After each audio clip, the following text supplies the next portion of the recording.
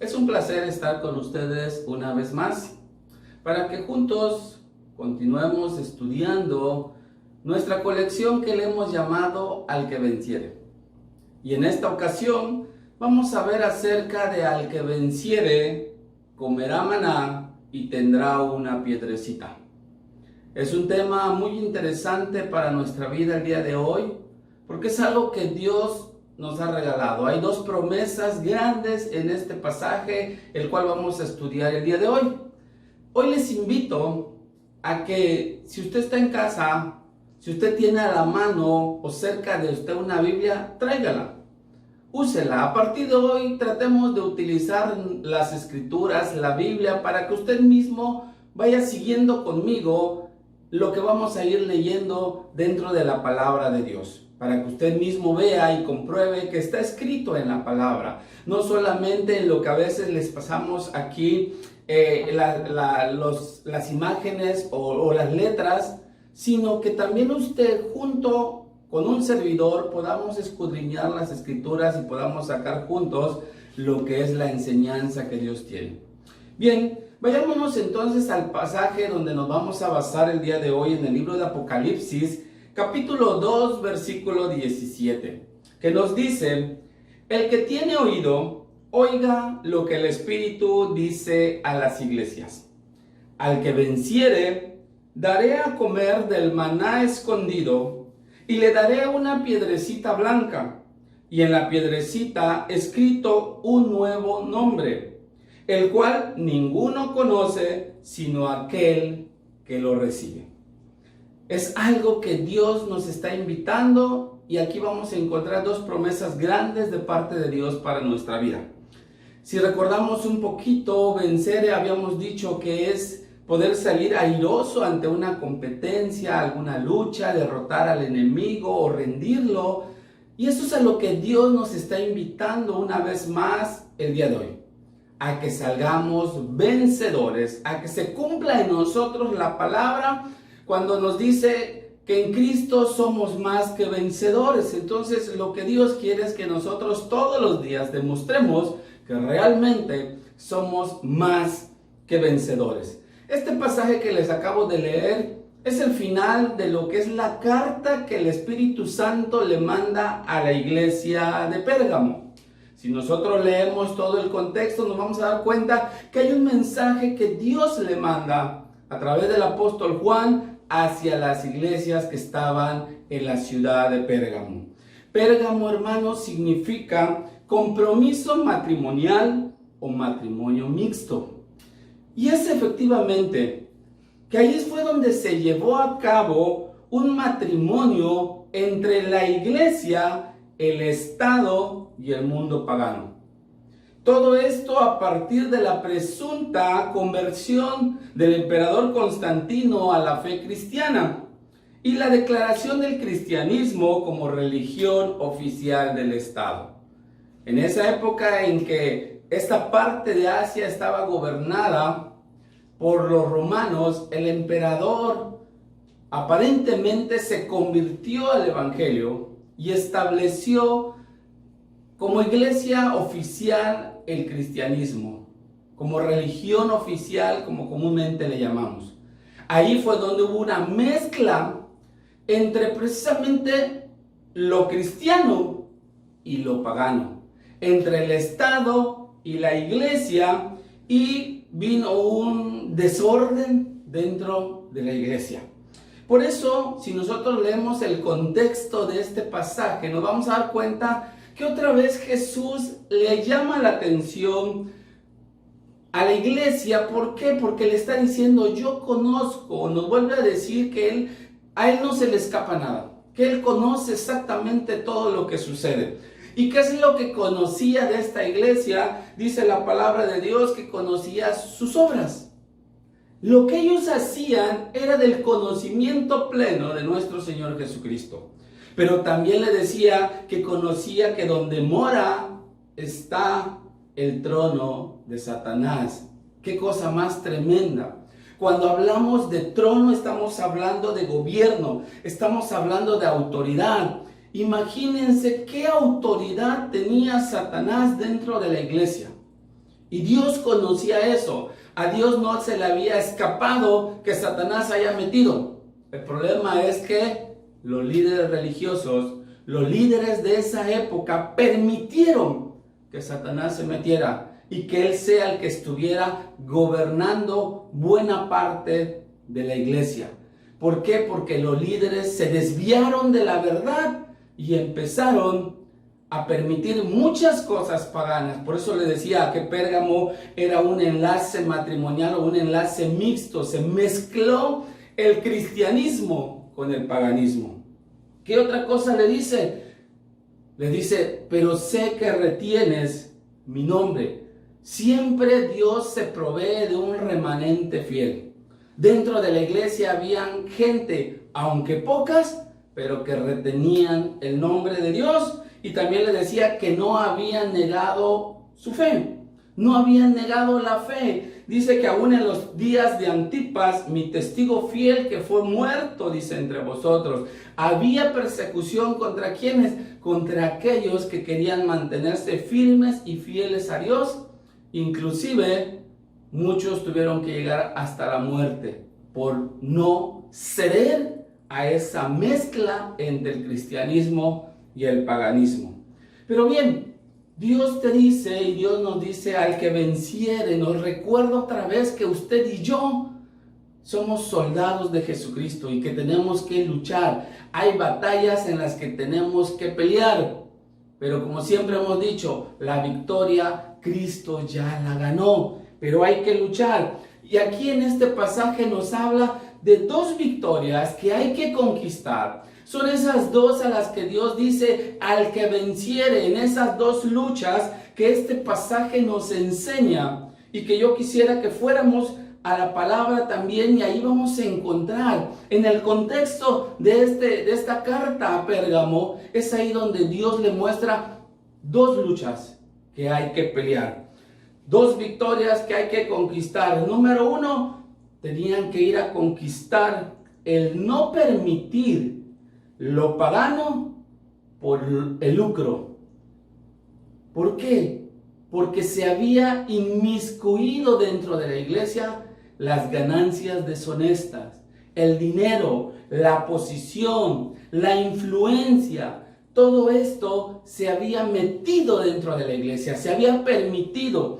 El permitido lo pagano por una remuneración económica, por el lucro. Y eso es a lo que Dios hoy nos está llamando la atención. ¿Por qué, hermanos? Porque no solamente en la iglesia de Pérgamo, aún en nuestros días, hay personas que se meten a las iglesias, hay líderes que permiten el paganismo dentro de la iglesia con tal de obtener una recompensa económica, con tal de obtener el lucro de lo que se supone que ellos permiten. El no tener problema con la iglesia, ¿por qué? Porque sabemos que todo siervo de Dios vive del evangelio, dice la palabra.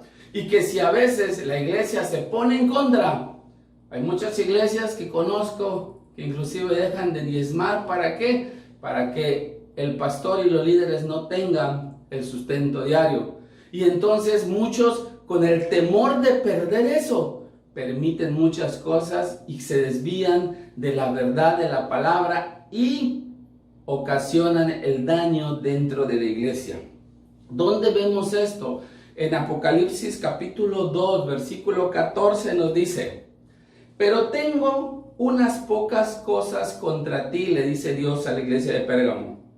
Que tienes ahí, dice, a los que retienen la doctrina de Balaam, que enseñaba a Balac a poner tropiezo ante los hijos de Israel, a comer de cosas sacrificadas a los ídolos y a cometer fornicación. Se dan cuenta que aquí hay tres cosas que tienen que ver con la doctrina de Balaam. ¿Cuáles son? Dice que Balaam enseñaba a poner tropiezos. ¿Qué nos vemos acá? Acciones para que otros caigan.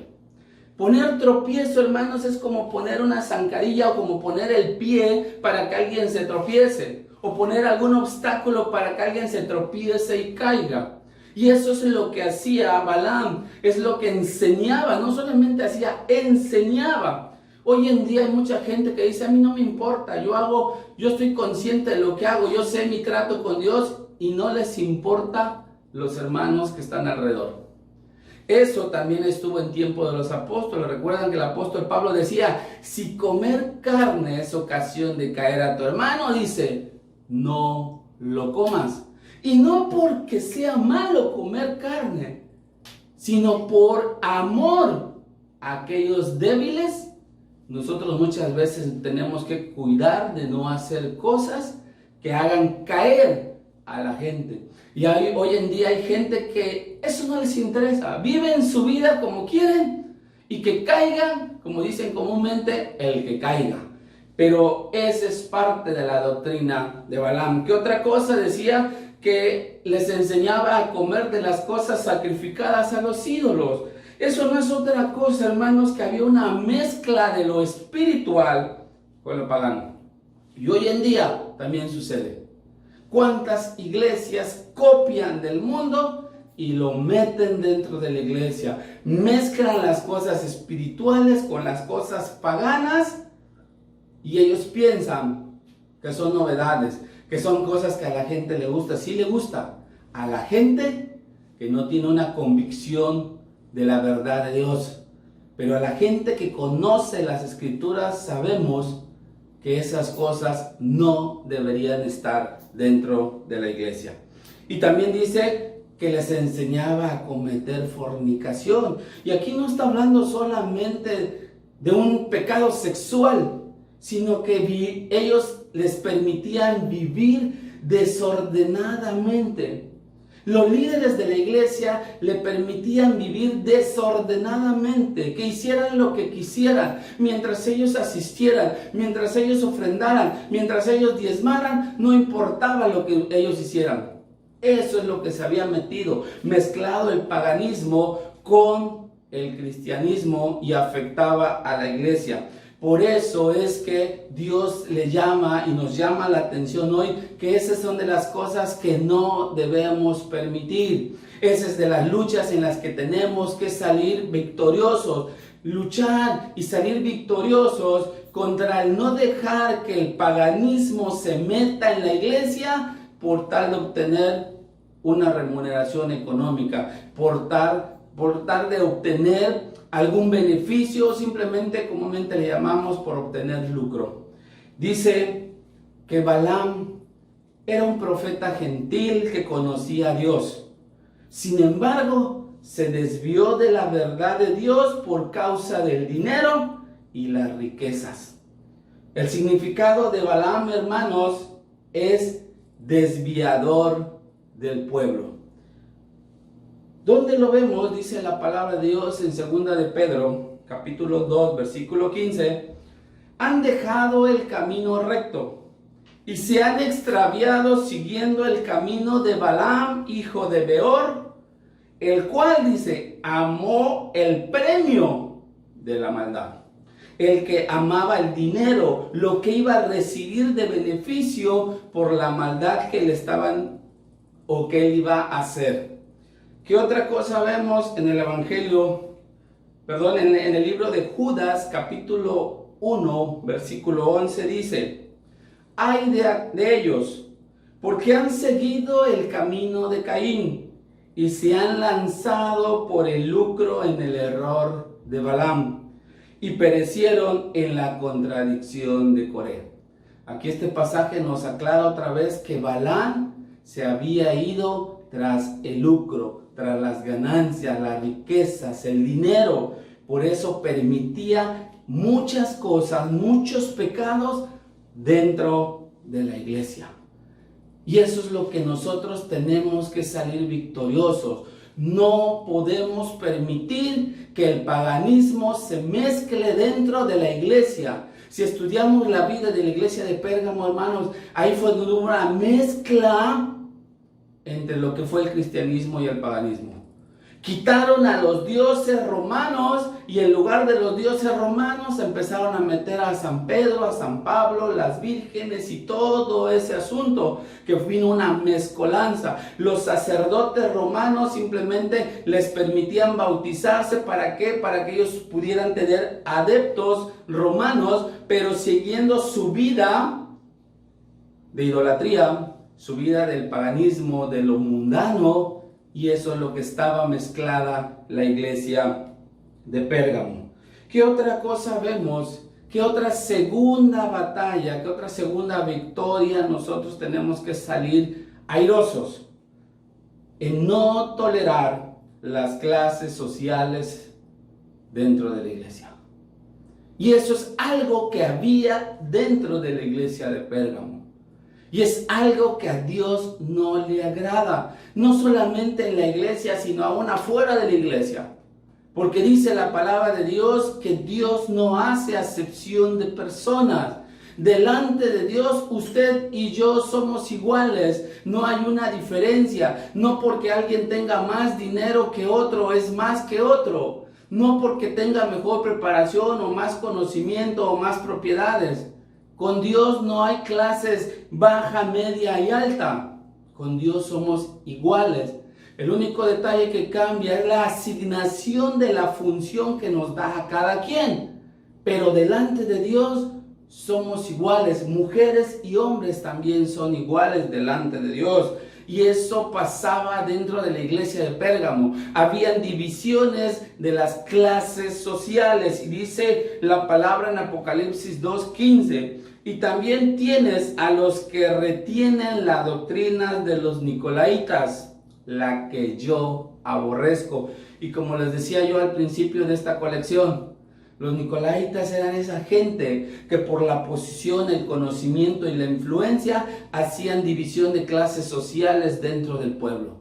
Y es algo en los que nosotros no debemos de caer. Tenemos que salir victoriosos. No porque yo sea pastor y usted no lo sea, quiere decir que yo soy más que usted. No, somos iguales delante de Dios, porque todos somos parte de un cuerpo y todos tenemos una importancia específica dentro del cuerpo.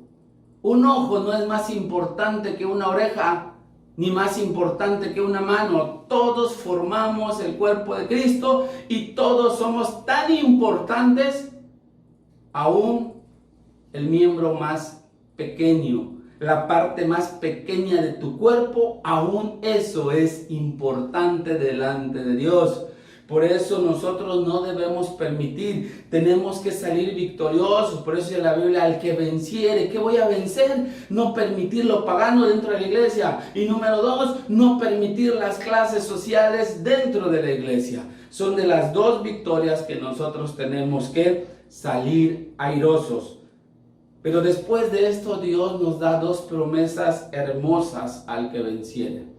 Dos promesas grandes, y aquí es donde yo les decía que si tienen su Biblia a la mano, podamos ir siguiendo estos pasajes y podamos entender, y espero poder explicarme para que podamos llevar en nuestro corazón una palabra de aliento y de bendición para nuestra vida. ¿Cuáles son esas dos promesas para el que venciere? Número 1, dice la Biblia que al que venciere le daré de comer del maná escondido. O sea que el que venciere comerá del maná escondido. ¿Y qué es el maná, hermanos?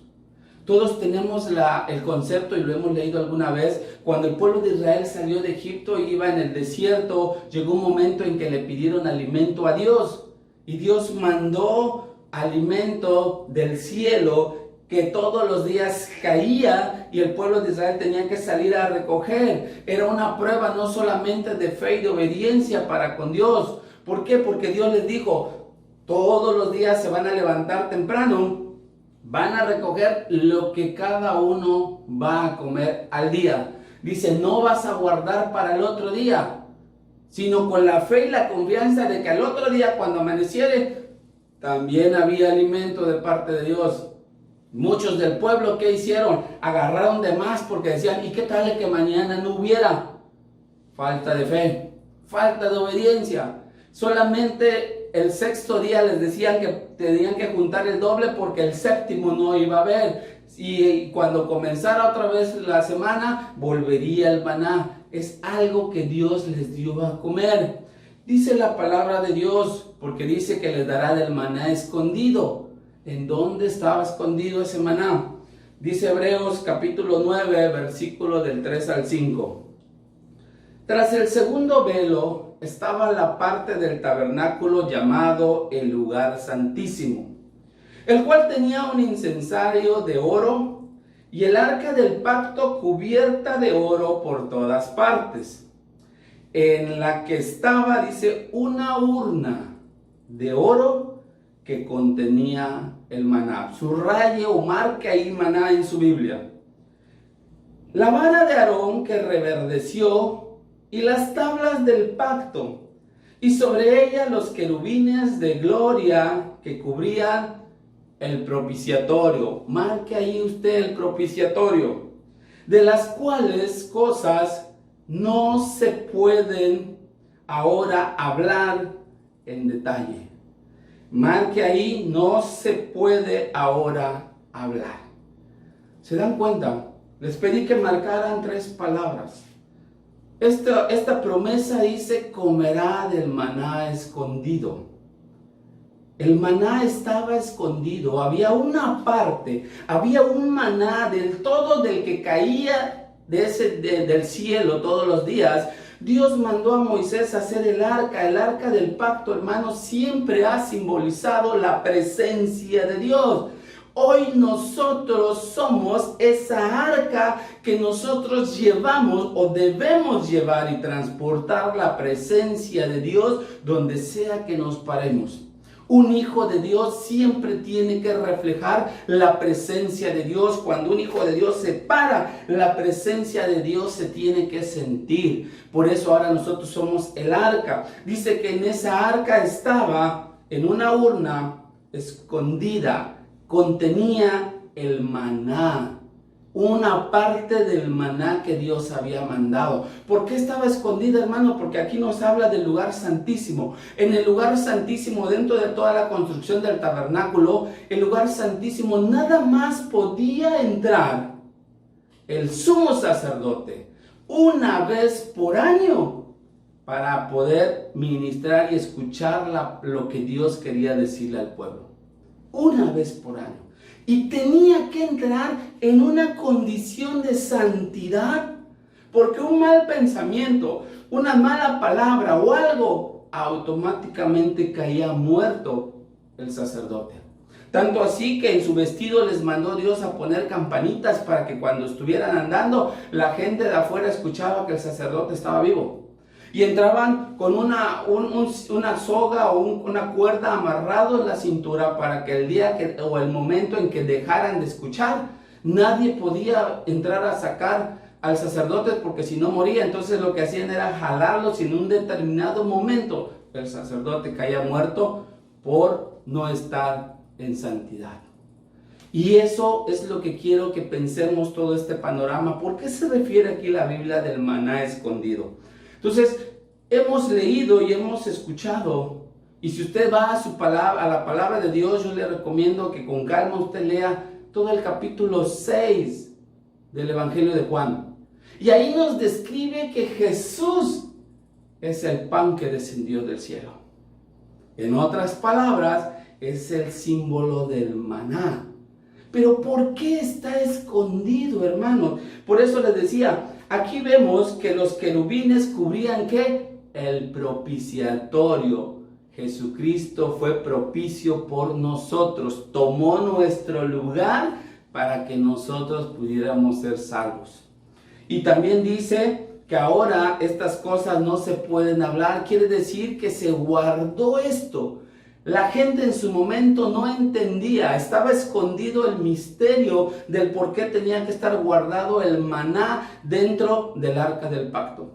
Nadie podía verlo, ni siquiera el sumo sacerdote porque estaba adentro.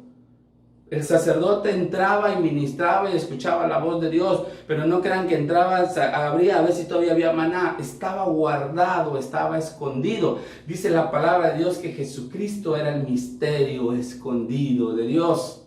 Entonces, si entendemos algo de que nos dará a comer del maná escondido, quiere decir que hay algo escondido en Jesús que Dios nos quiere regalar. Y eso es lo que hoy quisiera que quedara en sus corazones. Dice la palabra de Dios, y aquí es donde está el secreto, ¿qué es lo que está escondido en Jesús? Que Dios nos quiere dar a aquel que venciere. Dice la palabra de Dios en Hebreos capítulo 10, versículo 10. En esa voluntad, dice, somos santificados mediante la ofrenda del cuerpo de Jesucristo, hecha una vez para siempre. Aquí está lo que Dios nos va a dar. Eso escondido, hermanos, que ni el mismo Satanás lo tiene. Él no nos los puede dar. El único que nos los puede dar es Dios a través de la persona de Jesucristo. El maná escondido, hermanos, es nuestra santificación escondida en Jesús. Por eso dice que en el lugar santísimo estaba el propiciatorio. Nuestra santificación nos las da Jesús.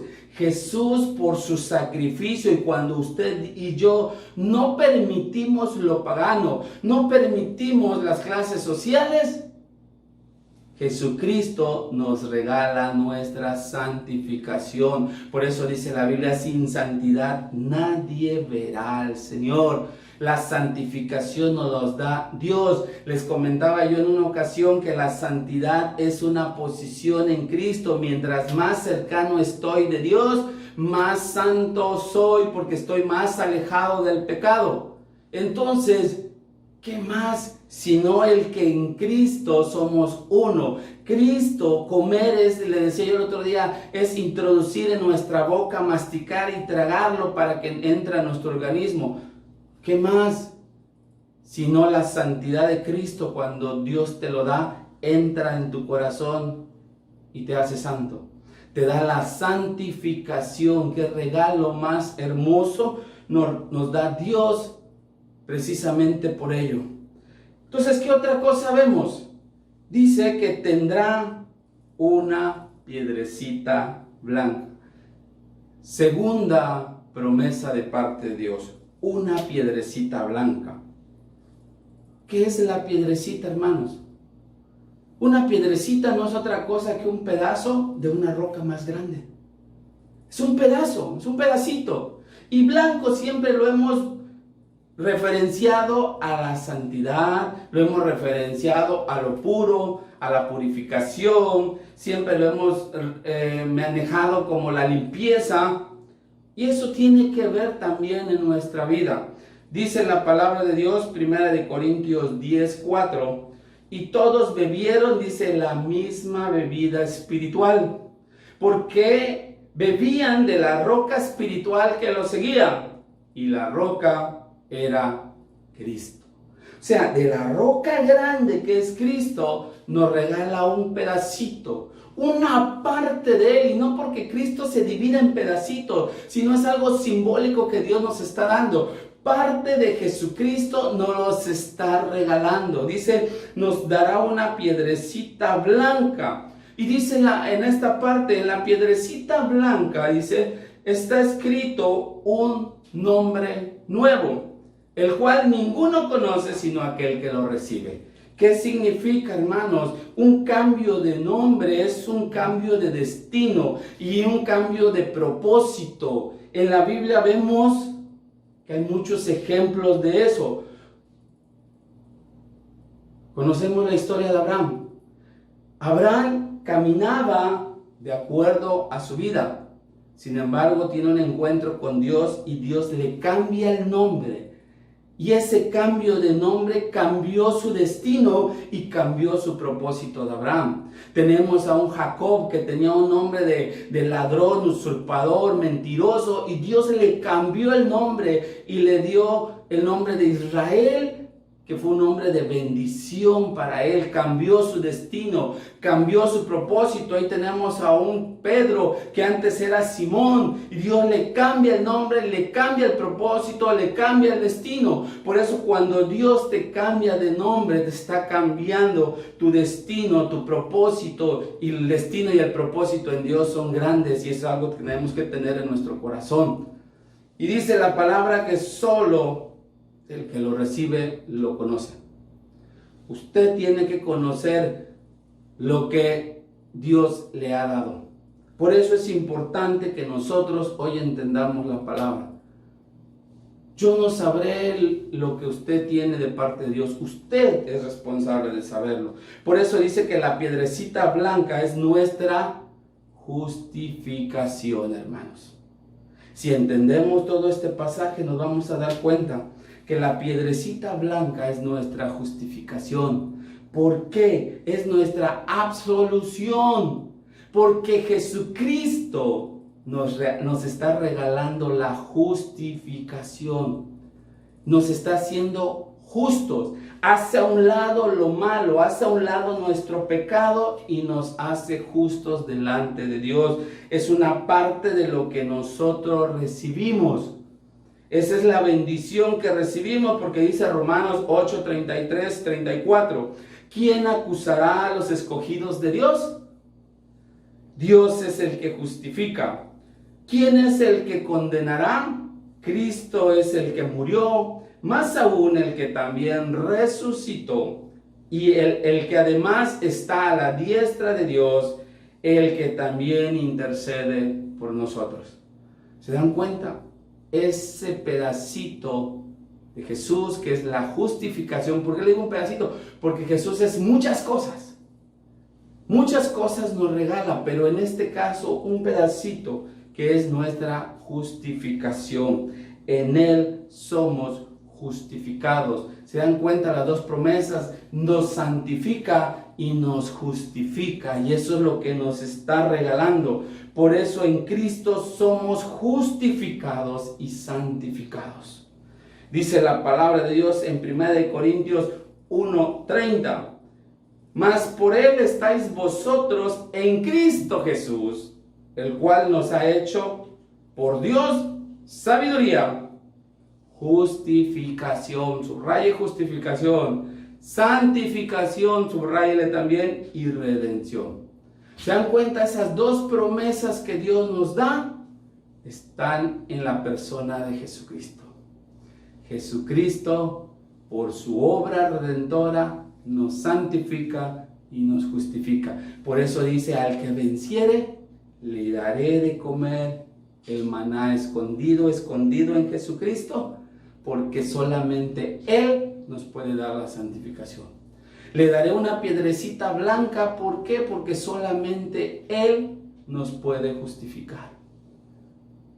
Para poder entender esto de la piedrecita blanca y de la absolución, hermanos, si vemos la historia, nos damos cuenta que los griegos y los romanos tenían una costumbre cuando la gente iba ante el juez a ser juzgados. Cuando el juez no tenía en claro si verdaderamente era inocente o era culpable el acusado, tenían una urna donde metían una piedrecita blanca y una piedrecita negra. Y el juez entonces metía la mano. Si salía la piedrecita blanca, aunque fuera culpable, lo declaraban inocente. Y si sacaba la piedrecita negra, aunque fuera inocente, lo declaraban culpable. Qué mayor bendición que hoy no tiene Dios que meter entre lo blanco y lo negro. Hoy de antemano Dios pone en tu mano una piedrecita blanca. Te dice, a mí no me importa si lo hiciste o no lo hiciste. Si tú crees en mí, si confías en mí, si tomas el sacrificio que yo hice por ti, aquí está la piedra blanca de una vez, donde está tu absolución de todos tus pecados. Qué mayor bendición, y eso es lo que Dios nos está regalando el día de hoy. Por eso dice que al que venciere, le daré de comer del maná escondido y le daré una piedrecita blanca, absolución, y en esa piedrecita un nombre nuevo. Dios está cambiando. Dios ha cambiado tu destino. Dios ha cambiado tu propósito por un destino y un propósito glorioso en Jesucristo. Te invito a que cierres los ojos y que juntos podamos orar. Padre, en el nombre de Jesús te damos gracias por tu palabra. Porque sabemos, Señor, que tú estás con nosotros todos los días, que no nos dejas, no nos abandonas, que estás pendiente, Señor, de cada una de nuestras necesidades y aflicciones, Padre. Hoy confiamos en ti, Señor, porque hoy podemos comprender que nos has regalado santificación y justificación para nuestra vida. Ya no hay nada que nos acuse, puesto que tú pagaste el precio de nuestra vida. Un precio con sangre, Señor, que no se puede pagar con nada. Pero nos invita, Señor, a no permitir que lo pagano entre en nuestra vida y mucho menos contamine nuestra familia y nuestra iglesia. Que no permitamos, Señor, las divisiones en clases sociales, porque delante de ti, Señor, todos somos iguales. Hoy te bendecimos, Señor, porque confiamos en ti y porque sabemos que tú, Señor, estás en medio de nosotros, moviéndote todos los días, y la presencia de tu Espíritu Santo nos guía, nos dirige, nos aconseja y nos consuela, y sabemos que tú estás ahí siempre. Nunca nos podemos sentir solos porque tú estás con nosotros. Gracias te damos por este tiempo. Te bendecimos, Señor, en el nombre de Jesús. Amén y amén. Recuerda algo. Dios ya te regaló tu santificación y tu justificación. Depende de ti, depende de mí, conservarlos hasta el final de los tiempos. Que Dios te bendiga y nos vemos para la próxima.